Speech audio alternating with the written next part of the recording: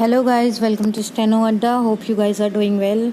आज हम शॉर्टकट्स पढ़ेंगे, कुछ शॉर्ट फॉर्म्स आपकी, जो कि हैं be it, do which, the, to but हो। ये सारी लाइंस आपके स्ट्रोक्स जो हैं सारे लाइन को टच करेंगे।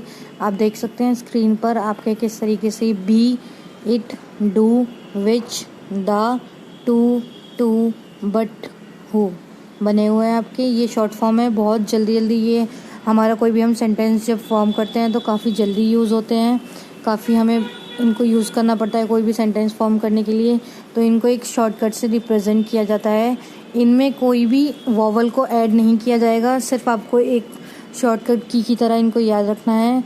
जैसे बी में आपने सिर्फ बी का स्ट्रोक ले लिया, इट में आपने सिर्फ टी का स्ट्रोक ले लिया, डू में आपने डी का स्ट्रोक ले लिया, विच में आपने च का स्ट्रोक ले लिया। द आप एक डॉट से रिप्रेजेंट करेंगे जो कि लाइन पे टच करेगा। टू आपका हाफ जो है पी का वो बनेगा स्ट्रोक, और जो टू और टू है वो आपका थोड़ा डार्क हो जाएगा, सेम आपका है फॉर्मेट उसका। और बट आपका टी का हाफ है और हु आपका जे का हाफ है। ओके, सो ये आपके कुछ कॉमन शॉर्ट फॉर्म्स और वर्ब हैं। उसके बाद नीचे आप देख सकते हैं फ्रेजिंग आपके दिया हुआ है। फ्रेजिंग में आपको क्या करना है कि आपको अगर कोई फ्रेज बनाने हैं, जैसे टू, डू, बट, विच, ये आपकी नॉर्मल से एक बहुत जल्दी जल्दी यूज़ होने वाली लाइंस हैं। आप देख सकते हैं टू डू को कैसे लिखा हुआ है, जैसे हमने पेज में पी और जे को ज्वाइन किया था, उसी तरीके से आपका टू और डू को आप मिक्स कर देंगे तो आपका टू डू, बट, विच, इस टाइप के आपके कुछ शॉर्ट फॉर्म दिए हुए हैं, जैसे कि to the, be the, do the, which the, pay the और पेड द। आप नीचे देख सकते हैं 7th पॉइंट पे आपके पंक्चुएशंस मार्क हैं। आपको पंक्चुएशन भी किसी ना किसी अलग फॉर्म में डिफाइन करने होंगे यहाँ पे। तो आप देख सकते हैं फुल स्टॉप एक क्रॉस से किया हुआ है, क्वेश्चन मार्क एक छोटा सा क्वेश्चन मार्क और उसके नीचे एक छोटा सा क्रॉस है। एक्सक्लेमेशन में आपका एक्सक्लेमेशन है। बस आपको ये ध्यान रखना है फुल स्टॉप आपका इंग्लिश में डॉट से रिप्रेजेंट होता है, पर यहाँ पे आपका एक छोटे से क्रॉस से, बहुत छोटा सा क्रॉस आपका एक रिप्रेजेंट करेगा आपके फुल स्टॉप को। तो क्वेश्चन मार्क में भी हम क्वेश्चन मार्क बना के नीचे एक डॉट लगाते हैं इंग्लिश में, एक्सक्लेमेशन में भी डॉट लगता है, तो वो सब आपको रिप्लेस कर देना है फुल स्टॉप के क्रॉस के छोटे से साइन से। हाइफन का साइन आप देख सकते हैं और डैश का साइन आप देख सकते हैं। Okay, so these are your short form. And phrasing आपको कैसे करनी है वो भी आप देख सकते हैं। एक बात और मेरे को बतानी है आपको कि अगर आपका कोई वर्ड आ रहा है जैसे आपका यहाँ पे लिखा है टू और द, तो आप देख सकते हैं कि छोटा सा एक स्ट्रोक आपका ऐड किया हुआ है टू के बाद द में। तो द दो तरीके से रिप्रेजेंट होता है, जब द अकेला आएगा, या फिर स्टार्टिंग में आएगा सेंटेंस के, तो उसको आप डॉट से रिप्रेजेंट करेंगे जो आपके शॉर्टकट में दिया हुआ है। द एक फुल स्टॉप जैसे साइन से आप रिप्रेजेंट करेंगे जो कि लाइन पे होगा, लाइन को टच करेगा। ओके, बट अगर आपका द बीच में आ रहा है सेंटेंस के, एट द एंड ऑफ, तो एट द के बाद अगर आपका द आ रहा है, मीन्स बीच में आ रहा है, तो आप देख सकते हैं जैसे टू द, बी द, तो ये आपका देख रहे हैं आपकी इसको एक ज्वाइन किया हुआ है, जैसे बी के बाद द हल्का सा छोटा सा बनाया हुआ है बिल्कुल। तो अगर बीच में आएगा तो आप उसको छोटे से स्ट्रोक से किसी भी डायरेक्शन में आप स्ट्रोक कर सकते हैं, जैसे do the, which the, paid the इसमें ज्वाइन किया हुआ है या टू द में ज्वाइन किया हुआ है। बट अगर द अकेला है तो उसको आपको अलग से डॉट से रिप्रेजेंट करना होगा। ओके, नाउ हम अपनी एक्सरसाइज नंबर 1 हमारी है। जैसे कि मैंने आपको बताया, आप फर्स्ट सेंटेंस पढ़िए। आपको अगर पढ़ने में आ रहा होगा तो फर्स्ट सेंटेंस में डॉट लगा हुआ है पहले।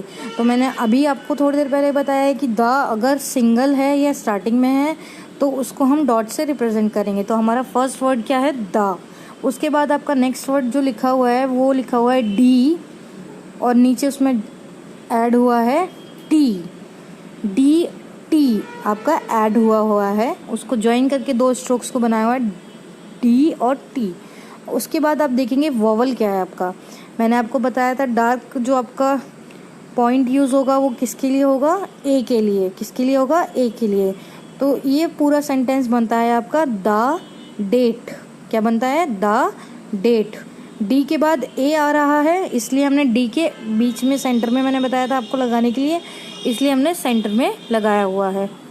एक सेकंड में आपको बना के या so as you can see आपका पहले डी बना हुआ है और उसके बाद आपका टी ऐड हुआ है उसमें, ठीक है।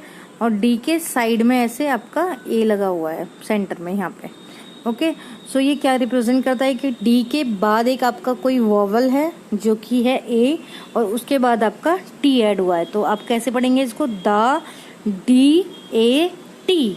Okay, so that means it is the date. Okay, next आपका सेकेंड नंबर पर जो है,